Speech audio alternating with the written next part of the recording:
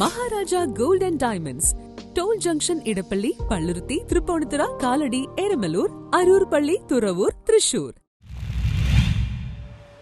ആലുവയിൽ വയോധികനെ virtual arrest ചെയ്യുകയാണെന്ന് പറഞ്ഞ് 1 കോടിയിലേറെ രൂപ തട്ടിയ കേസിൽ ഒരാൾ അറസ്റ്റിൽ.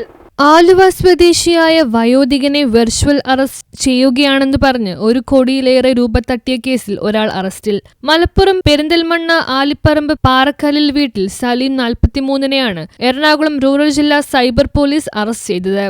കേന്ദ്ര അന്വേഷണ ഏജൻസിയിലെ ഉദ്യോഗസ്ഥനാണെന്ന വ്യാജേന വിളിച്ച പ്രതി വയോധികന്റെ പേരിൽ ബോംബെയിലെ ഒരു ദേശസാൽകൃത ബാങ്കിൽ അക്കൗണ്ടുണ്ടെന്നും അതിലേക്ക് മനുഷ്യക്കടത്ത് കേസിലെ പ്രതി 75 ലക്ഷം രൂപ നിക്ഷേപിച്ചിട്ടുണ്ടെന്നും പറഞ്ഞ് ഭീഷണിപ്പെടുത്തുകയായിരുന്നു. കോടതിയുടെ ജാമ്യമില്ലാ വാറന്റ് പുറപ്പെടുവിച്ചതായും അക്കൗണ്ടുകളും സ്വത്തുക്കളും മരവിപ്പിക്കുമെന്നുമാണ് പറഞ്ഞത്. പ്രയോറിറ്റി ഇൻവെസ്റ്റിഗേഷൻ എന്ന പേരിൽ അക്കൗണ്ടുകളിലെ തുക സംഘം പറഞ്ഞ അക്കൗണ്ടിലേക്ക് മാറ്റാൻ നിർദ്ദേശിച്ചു. ഭയം മൂലം വയോധികൻ 8 ഇടപാടുകളായി ഏകദേശം 1.20 കോടി രൂപ കൈമാറി. തട്ടിപ്പിലാണെന്ന് മനസ്സിലായതിനെ തുടർന്ന് നൽകിയ പരാതിയിലാണ് ശാസ്ത്രീയ അന്വേഷണത്തിലൂടെ പ്രതിയെ മലപ്പുറത്ത് നിന്ന് പിടികൂടിയത്. News bureau, Aluva.